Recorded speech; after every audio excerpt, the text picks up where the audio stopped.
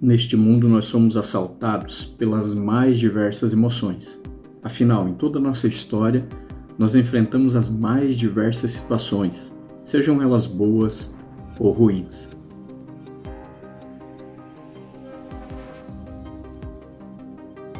Você já teve a experiência de ter conseguido algo que tanto almejou, tanto lutou, correu atrás? Qual foi a sua emoção ao ter alcançado determinada coisa? Possivelmente um misto de alegria e de euforia tomaram conta do seu coração. Ou você já teve a experiência de ter perdido alguém, infelizmente, onde você foi tomado pela tristeza, pela angústia ou pela dor.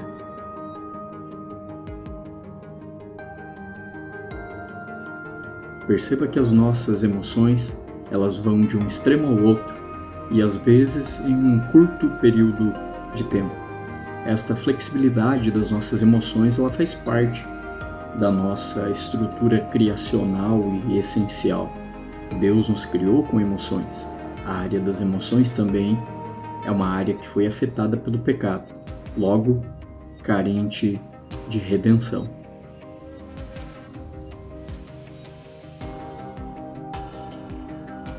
Após predizer a sua própria morte e ressurreição aos seus discípulos, Jesus diz que para que uma pessoa o siga, ela deve tomar a sua própria cruz. A cruz, no contexto de Jesus, e bem conhecido por nós também, era um sinal de vergonha. Afinal, a pessoa que era crucificada deveria levar a sua cruz, carregar a sua cruz publicamente até o local onde seria morta. E também a cruz simbolizava justamente isso, a morte de alguém, porque naquele contexto os piores criminosos morriam crucificados.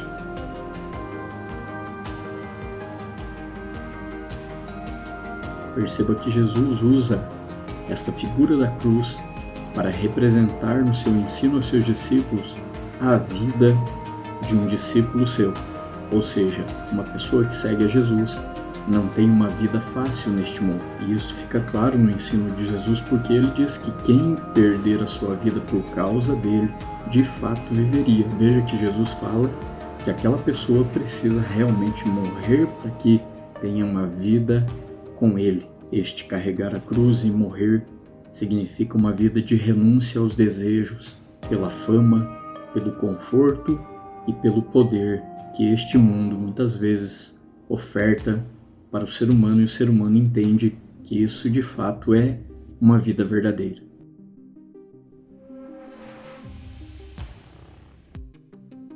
Vivemos em um mundo em que eu preciso ser o vencedor, eu preciso ser o centro de tudo, eu preciso triunfar, para que supostamente eu seja uma pessoa viva.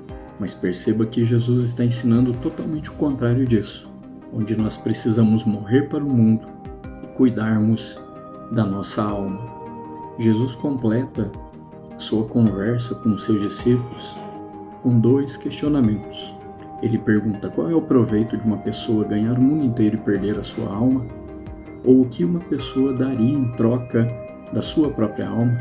Nesta porção bíblica, as palavras vida e alma são descritas pela mesma palavra na língua grega, e significa onde reside o fôlego da vida, o lugar onde residem também as emoções, as afeições, as vontades e os desejos humanos.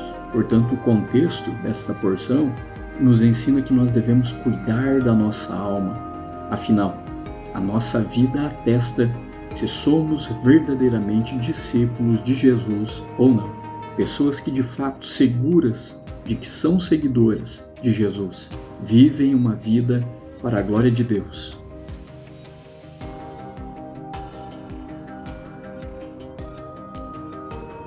O ensino bíblico de que na pessoa de Jesus há duas naturezas, a natureza humana e a natureza divina, nos leva a refletir sobre a alma de Jesus.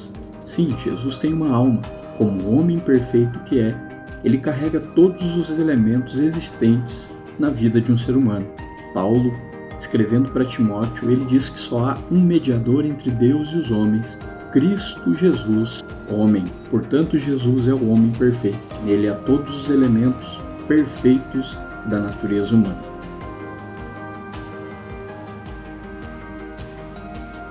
A nossa alma ela é formada quando há a nossa concepção. Os gametas do nosso pai juntam-se com os gametas da nossa mãe e formam ali uma nova pessoa, um novo ser humano. Logo, uma nova alma passa a existir. No entanto, por sermos concebidos por duas pessoas que estão ainda debaixo da existência e da realidade do pecado, nós nascemos, como disse Davi no livro dos Salmos, em pecado me concebeu minha mãe. O que significa que nós fomos concebidos, viemos a existir nesse mundo, debaixo da realidade de que o pecado ainda afeta a vida humana.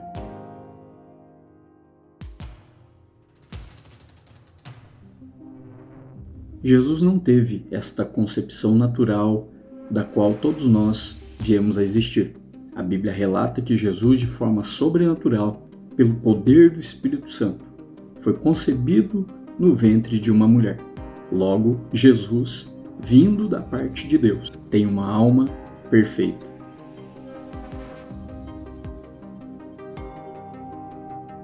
Em toda a sua trajetória aqui nesse mundo, Jesus passou pelas mesmas situações que nós passamos.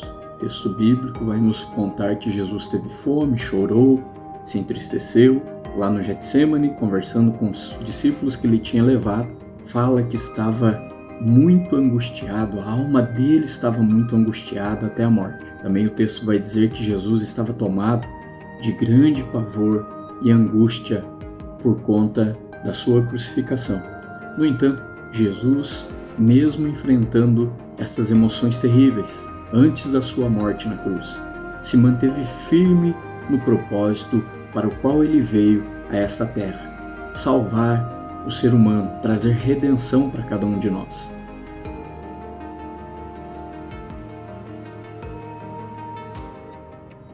O que sustentava as emoções de Jesus nessa missão tão maravilhosa, mas ao mesmo tempo tão terrível de ter que morrer por pecadores, era que a paz de Deus preenchia a sua alma. Portanto, imitemos Jesus, cuidemos de nossas almas, apesar de nossas emoções, nos mantenhamos firmes na caminhada com Ele, para sempre.